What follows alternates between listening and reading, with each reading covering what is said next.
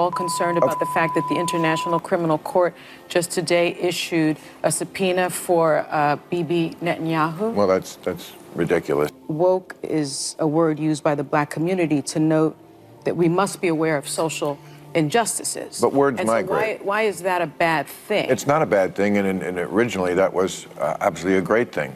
Alert to injustice, who's not for that? But words do migrate. In the first segment, you used the term woke, and you said that woke is what was sort of ruining everything, and I know that you're... No, I didn't say ruining everything. I said that's why Trump could get reelected. That's why Trump could get reelected. Yeah. Bill Maher didn't just disagree with Sunny Hostin, he absolutely obliterated her and the entire woke Hollywood crowd. It was a surgical takedown, delivered with precision and the flair of a masterful roast. Maher dropped a bombshell so clean and impactful, it left everyone's jaws on the floor, stunned into silence.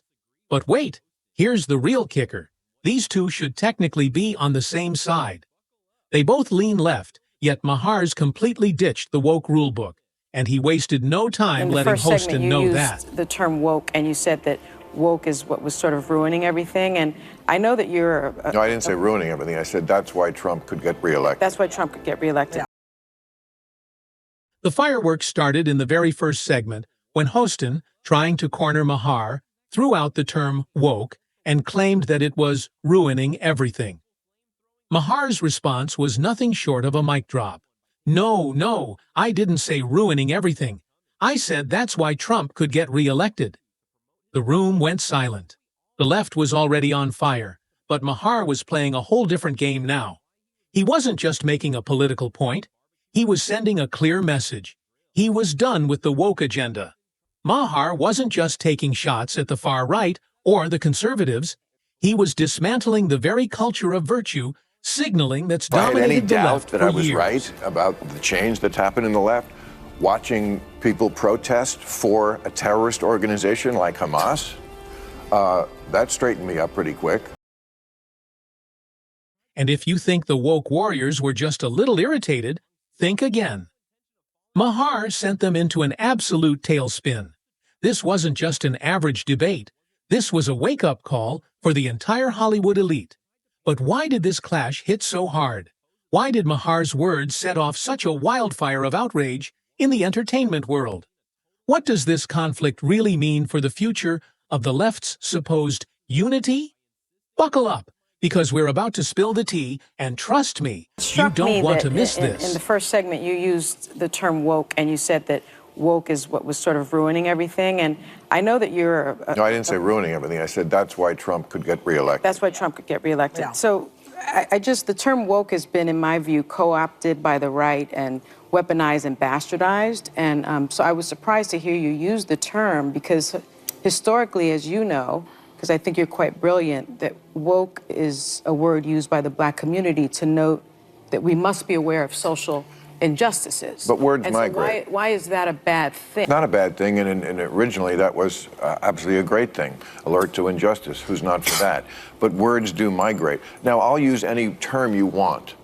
Okay. Because maybe that is a word that's triggering, and so let's not use that word. I don't know, want to call it the super far left?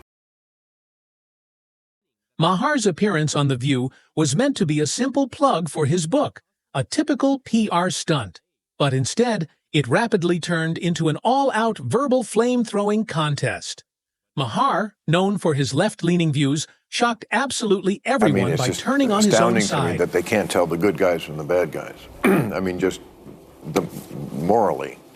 I mean, let me tell you, if you're for Hamas, just live in Gaza for a day. And I'm not talking about while the war is on. I mean, before the war. Trust me, you would go running and screaming and begging to live in Tel Aviv, a place that has your values. Taking shots at the very group he once stood with. Nobody saw it coming. It was like a bomb going off in the middle of a family dinner. The woke mob had no idea what hit them. It all started when Sunny Hostin tried to trap Maher with the question of why he was weaponizing the term woke.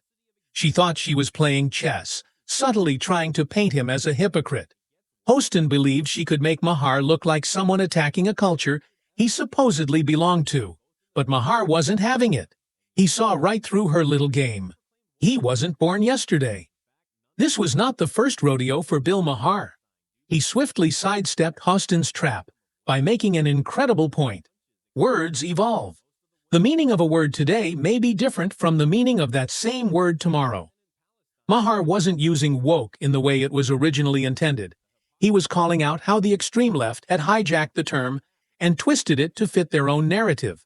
Hostin probably thought she had him cornered, waiting for him to crumble under the pressure of hypocrisy charges. But oh no. Maher turned the tables in one swift move, showing that Hostin had walked straight into a trap of her own making. And then it got even more intense. This is a show watched by a lot of women. Women have no rights in this place, and a lot of majority Muslim countries around the world. There is no equal rights as far as speech, dress, opportunities for education, reproductive rights, freedom from sexual violence, freedom from sexual harassment. The LGBTQ community as well. Yes. That too. But you throw around the term apartheid. There is a gender apartheid in a lot of the world where women are second-class citizens at best. Maher didn't just drop the mic, he dropped a truth bomb that hit harder than anything we'd seen before. He called out the hypocrisy of the woke left, especially when it came to supporting Hamas. That's right, Hamas, the group that openly calls for the destruction of Israel and has committed countless atrocities against Jews worldwide. You could practically hear the room's collective gasp. Maher, despite being a lifelong liberal, was as shocked as anyone else by the extent of the left's madness. You do?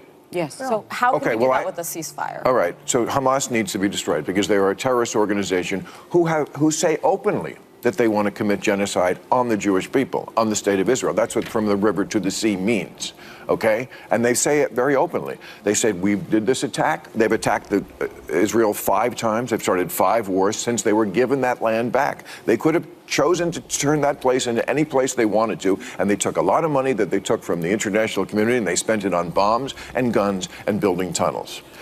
So if they need to be destroyed, how do we do that? It's a war.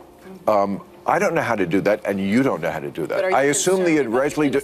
Of course, everybody is, but that's what happens in a war. Here's a way to stop that. Stop attacking Israel. Maher made it crystal clear. While the woke crowd was throwing shade at Israel, they were simultaneously turning a blind eye to Hamas's sickening ideology. They were cheering on a terrorist group that believed Israel had no right to exist, all while preaching about freedom, equality, and justice. Maher wasn't having it. He wasn't afraid to call out the absurdity of it all. And it's narrative over truth. You know, I mean, it's not like when I hear people talk on either side of it, I always think they're lying. They're just telling me half of it. And I never trust them anywhere until I check out the other half.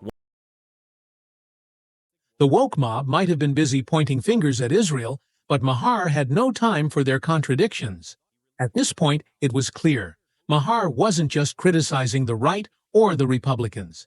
He was pointing out the glaring hypocrisy of the left, the very side that had once supported him. He wasn't afraid to call out the woke warriors for their double standards. He had no problem exposing the flaws in their arguments. And Hostin? She couldn't handle the heat. Maher was tossing out truths left and right, and she was clearly losing her grip. But Maher didn't stop there.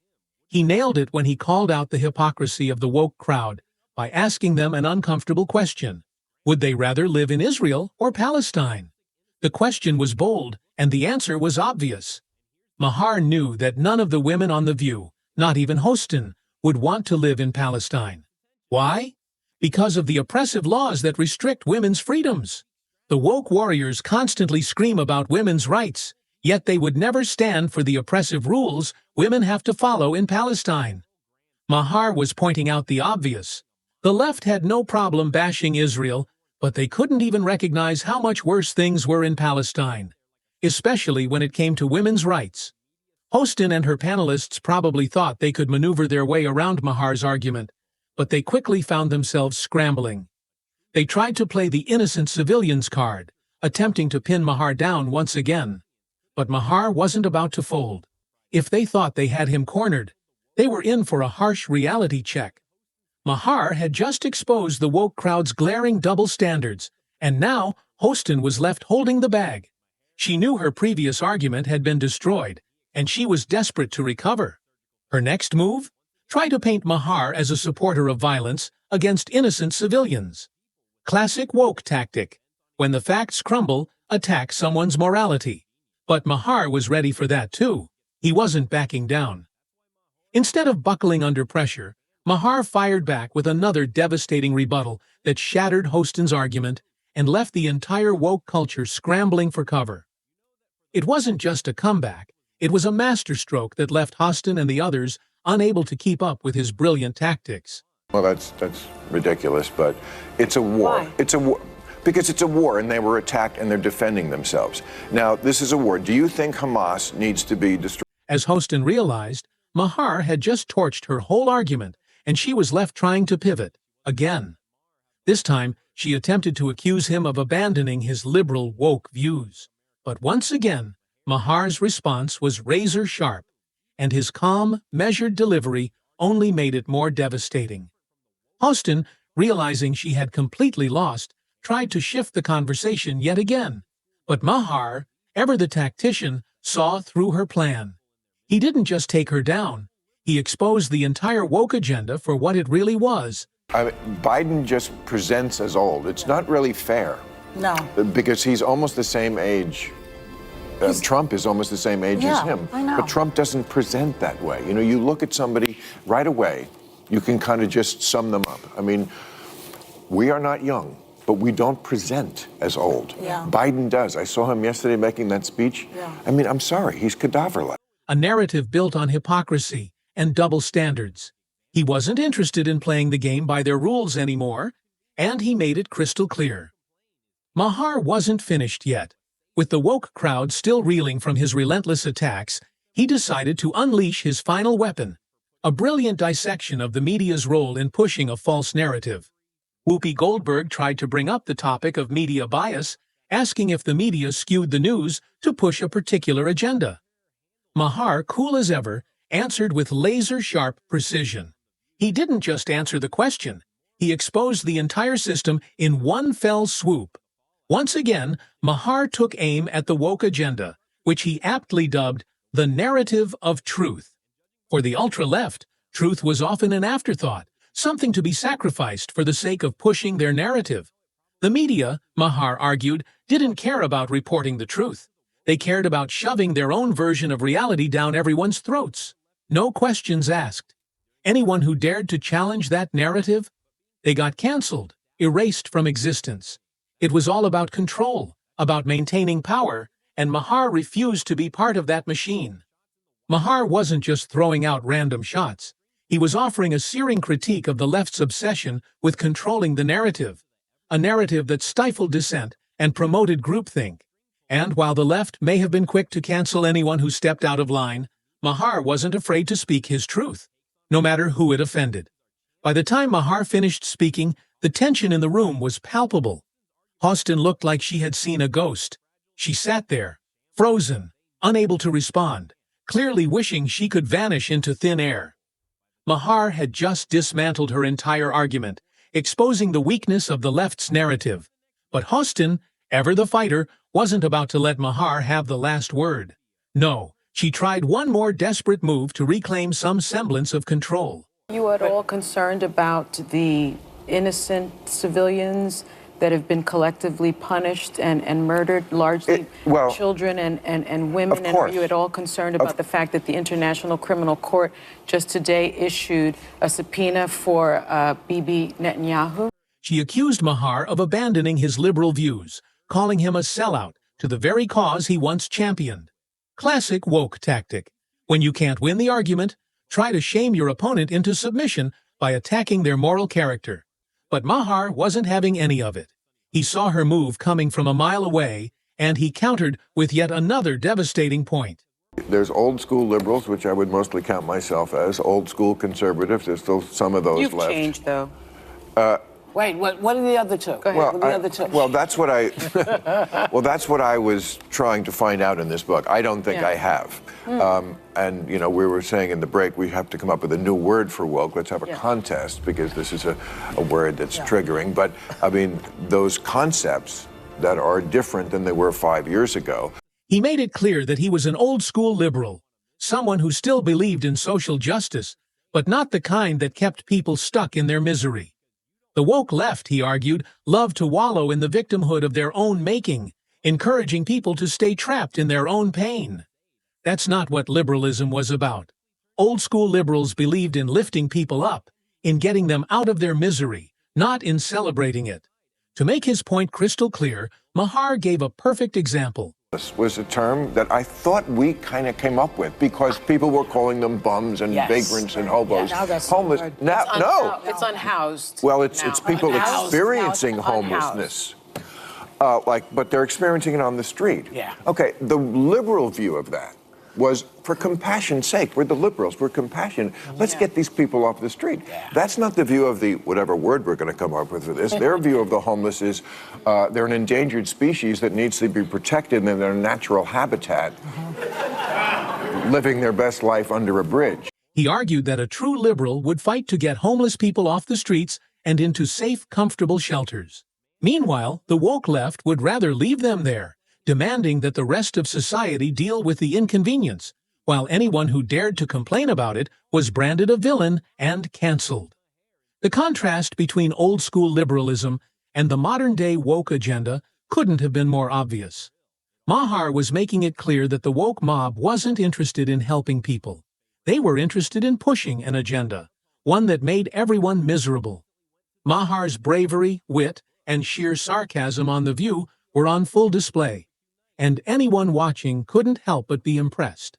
The comedian, known for his sharp tongue, had dismantled the woke narrative with surgical precision, leaving his opponents speechless and disoriented. As the audience applauded Maher's brilliance, it was clear that even the studio's left-leaning crowd couldn't deny the truth he was speaking. But not everyone was on Maher's side. The woke mob, of course, was in full meltdown mode. They were furious, seething with rage at Maher for daring to call out their hypocrisy. One fan on social media summed it up perfectly. "I've never seen anyone destroy the liberal woke narrative so calmly and eloquently, while leaving the View panel dumbfounded and speechless." Maher's appearance on The View wasn't just a debate.